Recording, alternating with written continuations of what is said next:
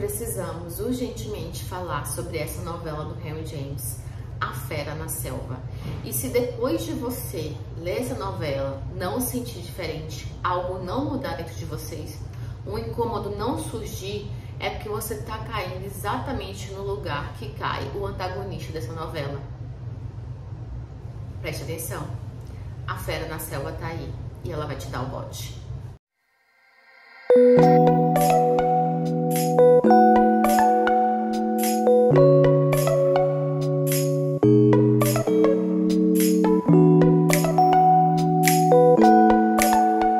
Vamos lá, a ideia hoje aqui é eu conversar com vocês um pouco sobre essa novela. Só pra vocês entenderem o que essa novela fez comigo, eu terminei ela, eu tava num café lá no hospital. E a minha vontade, quando terminei ela, eu comentei isso com o pessoal, foi de deitar no chão daquele café, em posição fetal, fechar o olho e esperar que o abismo se abrisse ao meu redor. Antes de mais nada, eu vou tentar fazer uma breve introdução sobre quem era o Henry James. Esse livro a gente leu no nosso clube como livro extra, foi a sugestão nossa como livro extra do nosso clube de livros sobre livros, no momento que a gente estava lendo as peças, as obras do Henry James. Então o pessoal do clube já teve toda a introdução sobre quem é ele e tudo, e eu vou fazer um pouquinho aqui pra vocês. Eu fiz um roteiro pequeno, eu vou ter que resumir muito, porque muita coisa fluiu sobre esse livro quando eu tava pensando no roteiro que ia fazer sobre ele. Mas primeiro eu vou dividir essa resenha aqui em uma breve introdução a Henry James, não sou nenhuma especialista dele, li pouca coisa dele. Depois um resumo sem spoiler da obra, depois um resumo com spoiler, daí vocês podem pular para quem não quiser ver o spoiler. No final, uma análise de algumas coisas que eu peguei e algumas coisas que outros autores, outros estudiosos falaram sobre a obra. Então, primeiro, sobre quem foi Henry James. Henry James foi um grande autor do século XIX, que fica ali entre o realismo e o modernismo, podemos dizer assim, que nasceu nos Estados Unidos, que era filho de um homem muito culto e era o segundo filho de 5.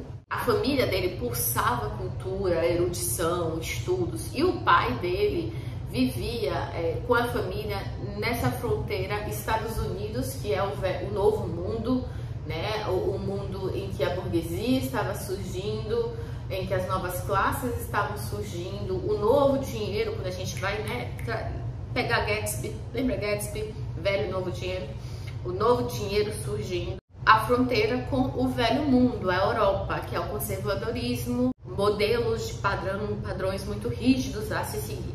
Então, o Henry James, ele viveu essas nuances dessas fronteiras tão diversas, porque ele vivia nesse transitar do Atlântico. Chegada a certa idade, o Henry James ele entrou na escola de Direito de Harvard, mas ele acabou não seguindo e ele começou a escrever pequenos textos sobre a guerra civil que estava acontecendo. E daí sua produção foi acontecendo e ganhando impulso. Eu fiz essa introdução sobre quem era Henry James nessa transição Europa e Estados Unidos, porque muito disso, muito do que ele vai escrever é testemunho do que ele viu nessas duas sociedades. E daí também surgiu seu interesse por figuras femininas, que inclusive nomeiam partes de suas novelas, né? E essas figuras, elas vão muitas vezes salientar as virtudes e os vícios desses mundos. Porém, ele criou personagens femininas que eram nada planas, bem complexas, que destoavam das figuras que a gente estava vendo ali surgindo do período vitoriano, do período regencial. Muita gente compara o Henry James e Jane Austen, e eu achei muito legal o que a Zarna Fisi falou, e que até a Karine, que é minha sócia do clube, comentou no que a gente estava lendo agora, é que a diferença básica entre o Henry James e a Jane Austen é que a Jane Austen, a felicidade é a recompensa no final do livro, e no Henry James, não. A gente tem um olhar mais realista, então essa felicidade não é tão explícita, vem muito mais sobre decisões morais importantes e que afirmam verdadeiramente quem você é. Existe muita especulação, burburinho e confusão sobre a sexualidade do Henry James. Muitos estudiosos falam que ele era homossexual, outros falam que ele era celibatário, que não tinha interesse por esse lado da vida. E várias cartas são usadas para defender essas duas questões. Tem cartas em que ele tem trocas muito afetivas e muito explícitas com alguns homens da época que eram homossexuais. E existem cartas que ele trocava com algumas mulheres que também têm questões explícitas. Fato é que ele nunca se casou, nunca.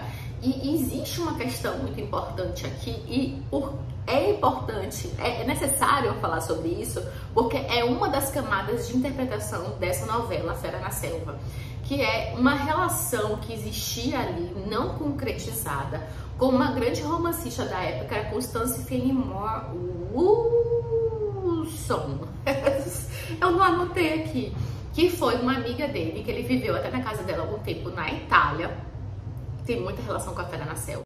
Mas essa autora, ela cometeu autoextermínio, para não falar outra palavra aqui, que eu tenho medo do YouTube me cortar. E ela era apaixonada pelo James. E isso gerou uma mágoa muito grande dentro do James. E tem alguns autores que atribuem que isso aconteceu porque ela era apaixonada pelo James e a frieza dele levou ela a isso. Polêmica. O Henry James ele tem 3 fases de sua obra. A primeira começa ali mais ou menos em 1870 e que uma das novelas que eu li dessa época foi Daisy Miller, que é uma novela que eu achei ok, mas um pouco datada. A obra mais exponencial desse momento é Retrato de uma Senhora, que é uma época em que ele vai abordar justamente esse conflito que a gente falou, da sociedade europeia tradicional e da sociedade americana mais progressista, digamos assim. Na segunda fase, ele vai entrar mais numa corrente naturalista, trazendo questões de reformadores, revolucionários, e aí a obra que talvez mais reflita essa época seja os bostonianos. Eu fiquei com medo de falar outra palavra.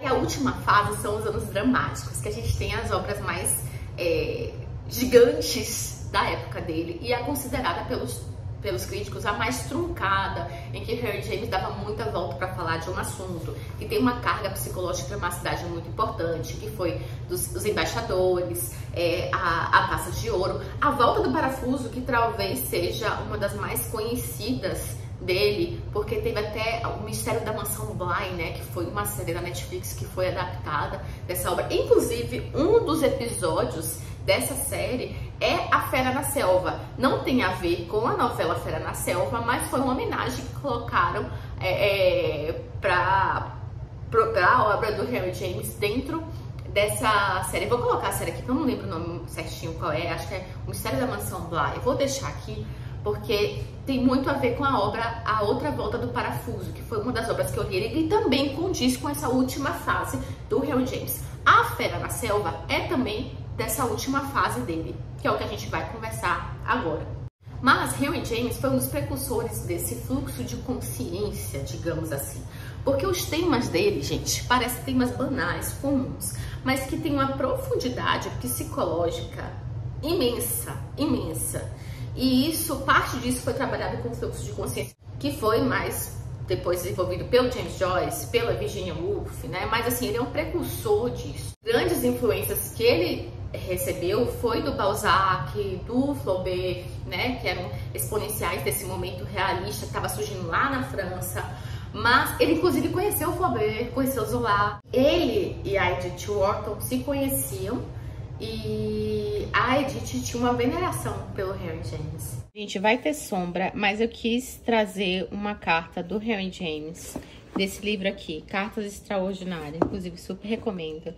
E essa carta ele escreveu para Grace Norton. É pra gente compreender a questão da profundidade psicológica, né? Então eu vou ler aqui pra vocês. Carta 091. A dor se vai e nós ficamos. De Henry James para Grace Norton, 28 de julho de 1883. Só pra gente entender o contexto. Em julho de 1883, o famoso romancista Henry James, autor de O Retrato de uma Senhora, entre outros, recebeu uma carta emocionada e preocupante de Grace Norton, velha amiga e ensaísta de sucesso que logo após a morte de um parente parecia deprimida e necessitada de orientação. James, que sabia bem o que é depressão, respondeu com uma carta surpreendente que, apesar do não sei o que lhe dizer, inicial contém alguns dos conselhos mais sábios e compassivos que alguém já recebeu, o que é ainda mais impressionante quando se sabe que ele os escreveu poucos meses depois de também perder um parente. Então, Mount Vernon, Sun, 131 Boston 28 Street, perdão, Mount Vernon Street 131, Boston 28 de julho. Minha querida Grace, sempre me sinto impotente diante do sofrimento alheio. E a carta que você me enviou expressa uma dor tão profunda que não sei o que lhe dizer. Essa não é minha última palavra, mas nem de ser a primeira. Na verdade, você não está sozinha com sentimentos como esses. Quer dizer, no sentido de que você parece estar assumindo como seu o sofrimento de toda a humanidade. Só que tenho a terrível impressão de que você dá tudo e nada recebe. Não existe reciprocidade com sua compaixão, que você fica com toda a angústia e nenhuma compensação. No entanto, estou decidido a lhe falar unicamente com a voz do estoicismo. Não sei por que vivemos. O dom da vida nos é dado, não sei por quem, nem para quê. Mas acredito que podemos continuar vivendo porque, até certo ponto, naturalmente, a vida é a coisa mais preciosa de que temos notícia. E, portanto, é um grave erro renunciar a ela se a taça ainda não se esvaziou.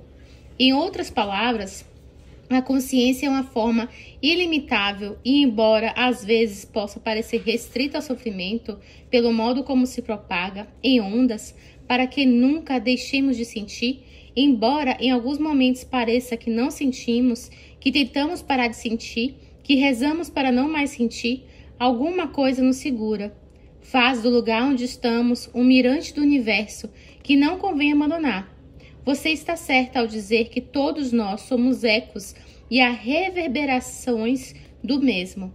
E você é nobre quando seu interesse e sua piedade por tudo que a rodeia parecem ter um poder de sustentação e harmonização. Só não generalize demais esses sentimentos de ternura e compaixão. Eu imploro. Lembre que a vida de cada um é um problema especial de outra pessoa, não seu, e contente-se com a álgebra terrível do seu próprio problema. Não se envolva demais com o universo, não seja sólida, densa e firme. Todos vivemos juntos, e os que amam vivem ainda mais juntos. Ajudamo-nos mutuamente, mesmo sem perceber.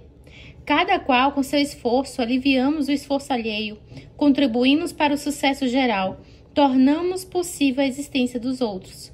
A dor vem em grandes ondas. Ninguém sabe disso melhor que você. Mas passa por cima de nós e, embora quase nos sufoque, nos deixa no mesmo lugar. E sabemos que, se é forte, nós somos mais fortes, porque a dor se vai e nós ficamos. Ela nos usa, nos consome, mas nós também a usamos e a consumimos. E ela é cega enquanto nós enxergamos. Minha querida Grace, você está atravessando uma escuridão na qual eu mesmo, em minha ignorância, não vejo nada, exceto que ela a deixou muito mal. Mas é só uma escuridão. Não é o fim. Não é o fim. Não pense. Não sinta mais do que puder evitar. Não tire conclusões. Não tome decisões. Não faça nada além de esperar. Tudo vai passar. E a serenidade, os mistérios e as desilusões que aceitamos, o carinho de algumas almas boas, as novas oportunidades, a vida, enfim, vão ficar. Você ainda vai fazer todo tipo de coisa e eu vou ajudá-la. Basta não amolecer nesse interim. Insisto na necessidade de uma espécie de condensação mecânica, de modo que, por mais veloz que seja o cavalo, quando ele parar, a mesmice Diane estará na sela. Procure não adoecer, é tudo que importa, pois nisso está o futuro. Você está destinado ao sucesso e não pode falhar. Você tem meu afeto, mais terno e toda a minha confiança. Seu fiel amigo, Henry James. E pensar que um tempo depois, a amiga que era apaixonada por ele, ela se suicidou, né? Então, olha a profundidade dessa carta que ele escreveu a uma outra amiga, que fala sobre continuar a viver a despeito da dor e sofrimento. Então, entendam que ele tem muita carga psicológica a entregar nos seus escritos. Então, essa novela, A Fera na Selva, a gente tem duas edições traduzidas no Brasil. A que eu li foi essa edição da César São Paulo. que é a mesma tradução da finada Kozak Naif. A tradução é do José Geraldo Costo, com um pós-fácil muito bom do Modesto Caroni. Então vamos conhecer dois personagens aqui. O John Marshall, que é um homem que vai representar essa falta de coragem, essa inércia, essa monotonia, é o antagonista. E a May Bartram, que vai representar a virtude, o conhecimento, mas que de certa forma ela é contaminada por essa inércia do John Marshall. Ele meio que aprisiona ela de alguma forma. Vou fazer aqui um breve resumo da história, até o momento que eu falar aqui assim, gente, eu vou ter que parar o resumo aqui porque o resto é spoiler. O John Marshall está com um grupo de amigos visitando um lugar lá, enfim, e lá ele reencontra a May Bartram. E eles se conheceram há 10 anos atrás em Nápoles. Dado momento, eles começam a conversar e o livro é todo feito no diálogo desses dois. São esses dois personagens que vão surgir aqui e ninguém mais. Eles começam a conversar, a relembrar desse momento que eles se encontraram. Até que a May fala pro John, e aquilo que você me contou aconteceu? E o John, ele toma um susto, porque ele nunca falou isso pra ninguém. O John, ele tem uma sensação de que algo está reservado para ele. Algo muito especial, algo dramático, que vai mudar a sua vida para sempre, está reservado para ele. Ele sente, ele tem essa sensação constante a todo momento. E essa sensação o coloca no patamar superior das outras pessoas. Ele se sente superior porque ele tem algo muito importante predestinado para ele e ele sente isso e que isso em algum momento vai acontecer e chegar. E isso é um grande segredo dele. E ele revelou isso para May e ele toma um susto. Eu lhe falei isso. Então eu vou pegar esse momento aqui só para vocês entenderem a descrição do que é essa situação. Ela fala: sabe, você me disse uma coisa que nunca esqueci e que volta e meia me fez pensar em você desde então. Foi naquele dia tremendamente quente em que atravessamos a Bahia até o Sorrento em busca da brisa. Eu me refiro ao que você me disse na volta, quando estávamos sentados sob o toldo do barco, aproveitando a sombra. Você esqueceu? Ele havia esquecido, e isso o deixava mais surpreso do que envergonhado. Estou tentando me lembrar, mas existe, entretanto me lembro daquele dia em Sorrento. E daí eles ficam numa conversa, não lembro, será que foi e tal, não sei. Ela pergunta, será que chegou a acontecer? Aí ele se toca, então era isso.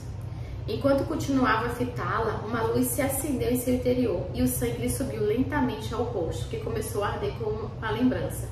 Quer dizer que eu lhe contei? Mas ele hesitou. Talvez não se tratasse do que lhe viera à mente, talvez ele se entregasse à necessidade. E ela fala, era uma coisa sobre você mesmo que não tinha como ser esquecida. Quer dizer, a menos que a gente apagasse você da memória por completo. É por isso que eu lhe pergunto se a coisa sobre a qual você falou chegou a ocorrer. Aí ele pergunta pra ela, né? Qual foi exatamente o relato que eu fiz? Sobre o que você sentia? Bem, foi muito simples. Você disse que tivera desde os primeiros tempos como uma coisa mais profunda dentro de si. O sentimento de estar reservado a algo raro e estranho, possivelmente prodigioso e terrível, que mais cedo ou mais tarde lhe aconteceria. Algo de que você tinha nos próprios ossos, o pressentimento e a convicção, e que talvez o aniquilasse. Você chama isso de muito simples? Talvez seja porque quando você falou, eu julguei compreender tudo. E compreendeu mesmo? O que quer que seja, ela compreendeu claramente. E ela fica questionando ele, é uma coisa que você vai sofrer? É alguma violência?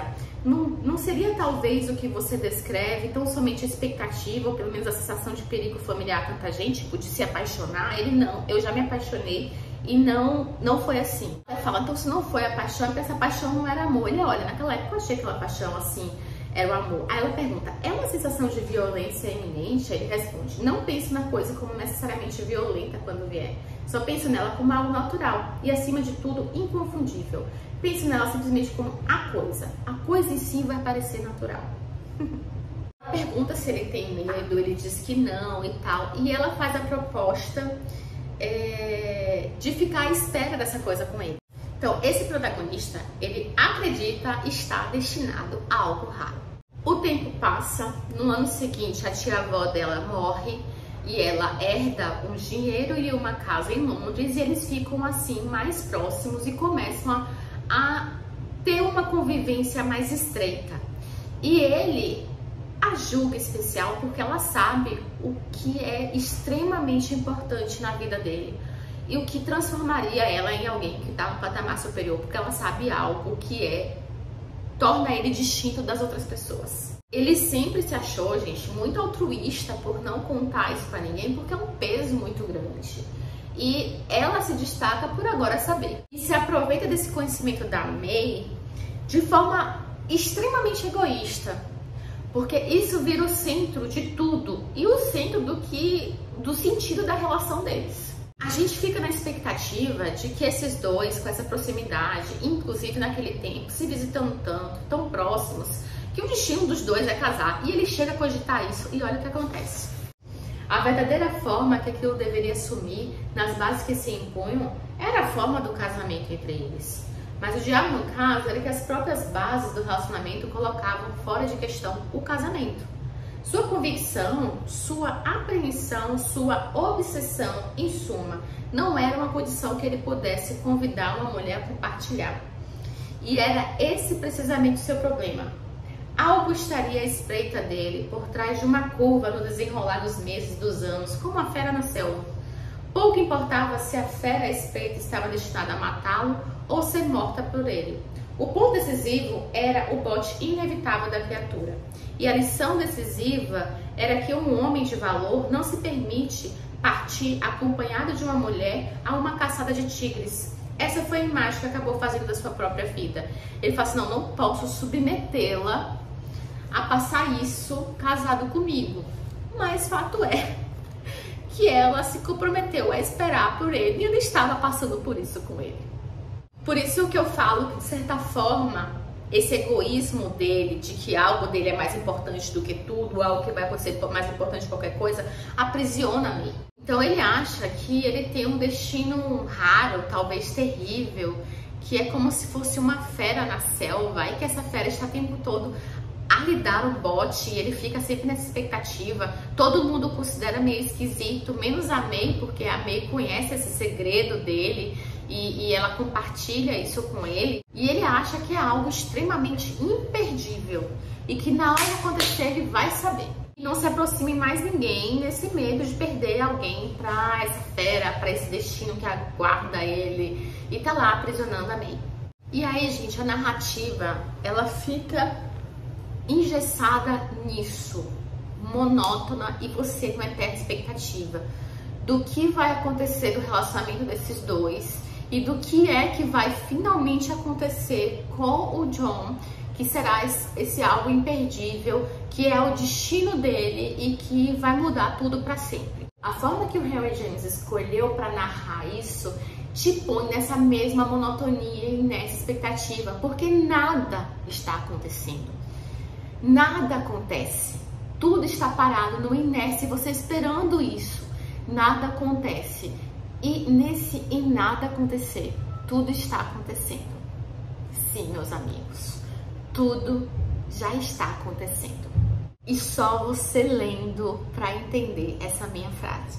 Fato é que o tempo passa e eles envelhecem. E antes de entrar no spoiler, porque para eu discutir o resto vai ter spoiler, mas eu gostei muito de uma frase aqui, para resumir para vocês, do Modesto Carone, que faz o pós-fácil desse livro. Uma frase que ele colocou que fala muito o porquê você tem que ler esse livro, tá? Ele vai falar sobre a última cena, que eu não vou entrar aqui em detalhes, mas grava o seguinte: neste ponto é essencial que o leitor acompanhe sem mediações a última cena, que é de uma dramaticidade fantástica e sobre a qual desce o pano de boca da novela. Alguém disse, aliás, anote isso aí, que a tragédia moderna do autoconhecimento é que ele pode chegar tarde demais. Too late, expressão cara James. O resto é silêncio. eles vão envelhecendo e o centro continua sendo o destino do John Marshall. A May, pouco importa, ele não tá muito aí pros sentimentos dela. E um dado momento, a May dá a entender que sabe um segredo a mais em relação a essa situação. E isso deixa ele consternado. E ele pressiona ela e tal, e ele chega à conclusão de que talvez ela saiba qual é o destino dele e ela não quer contar. Fato é que ela sabe. E ela tentou ajudá-lo. Agora eu vou entrar na parte com spoiler, tá? E no final eu vou fazer uma breve análise do que eu senti com esse livro. Daí eu vou colocar aqui a minutagem quando eu volto a falar sobre a análise da obra sem spoiler. A May adoece. No meio dessa descoberta desse segredo, que ele percebe que tem esse segredo, tá chegando o fim da vida dela e o Marshall, ele fica preocupado que talvez não exista nenhuma besta, não exista que ele tenha desperdiçado a vida antecipando esse possível destino grandioso dele, esse algo impactante dele. E ele fala que ele preferiria morrer de uma forma violenta, que isso não seja verdade. Ele tem uma negação em relação a isso. E aí, quando ela morre, ele percebe que ela sabia, assim, o que era essa besta e que ela tá tentando poupá-lo e até resgatá-lo dessa besta. O fato é, gente, que a May, ela amava o Marshall. E ela já tinha entendido desde o início que o destino dele, quando ele já falou lá no início que teve uma paixão, mas que ele achava que era amor, mas que não era isso a grande coisa, que o destino dele fosse realmente viver uma vida sem paixão, sem amor. Durante vários momentos ela tenta resgatar ele, alertar ele a isso, mas ele fica preso ao mundinho dele, ao que ele acha que é, às expectativas do que ele acha que é. E daí ele passa um tempo viajando, tentando, né, refazer sua vida. Quando ele retorna dessa viagem e vai revisitar o túmulo da May, ele encontra um outro homem visitando o túmulo da sua provável esposa, um viúvo enlutado. E quando ele olha para esse homem, ele sente uma inveja, porque ele vê nessa face de luto desse homem a dor pela perda de algo que esse homem viveu, uma felicidade que agora ele não tem mais, mas que ele viveu. E ele entra em choque porque ele vê que o destino dele, que ele esperou ao longo de toda a sua vida, era não viver o amor. E ele deixou passar essa expectativa dele de um grande destino, um grande final, essa sua crença em algo grandioso, não fez com que ele enxergasse que a felicidade dele estava do lado dele e que ele poderia ter mudado esse destino solitário dele. Mas agora, tudo passou. Ele não tem mais o amor da May. A May está morta e a tumba dela representa mais do que a vida dele que deixou passar, a vida dos dois que eles não viveram, essa felicidade e essa mudança de destino que ele poderia ter. E quantas vezes, gente, quantas vezes a gente vive no automatismo de grandes expectativas profissionais, grandes expectativas de vida, e a gente deixa passar coisas extremamente importantes que são mais palpáveis, que estão ali no nosso redor, e cria fantasia sobre algo grandioso que ainda vai acontecer. Nessa hora que ele enxerga que ele deixou, que ele passou, que ele deixou passar, ele cai. Como se a fera tivesse dado bote nele, ele cai em cima do túmulo dela, e esse é o final da história, né?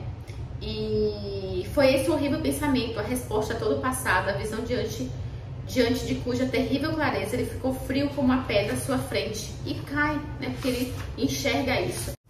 E aí faz muito sentido o pós-fácil que eu falei pra vocês, né? Que a tragédia moderna do autoconhecimento é que ele pode chegar tarde demais. Tem muito a ver com isso, né? Ele reconheceu que ele deixou tudo passar quando não tinha mais jeito pra nada, e ele surta com isso e cai, tomba sobre o túmulo dela. E aí agora, voltando para as análises da obra, né, eu te pergunto, quais são as expectativas com o seu futuro?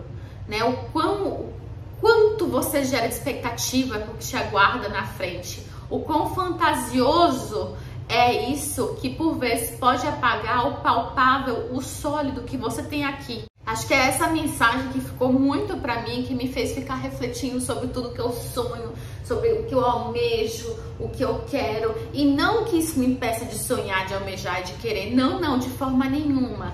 Mas que isso não faça eu anular e reconhecer o que tá aqui ao meu redor, o que tá aqui do meu lado e que já pode ser bom demais. E muita gente analisa, que é o que eu falei que fazia muito sentido entender um pouco sobre essa história amorosa da vida do Harry James, é que muita gente analisa como isso sendo o autoconhecimento dele sobre a homossexualidade, que é muito autobiográfico. E já muita gente analisa que esse livro tem a ver com a relação com aquela romancista. Vou de novo pescar o nome dela, que naquela hora eu lembrei. Constance Fenimore Wilson, né? Que seria muito parecido com o que aconteceu com ele e a May, assim, de certa forma, né? Com o John March e com a May, de certa forma, porque não foi literalmente isso.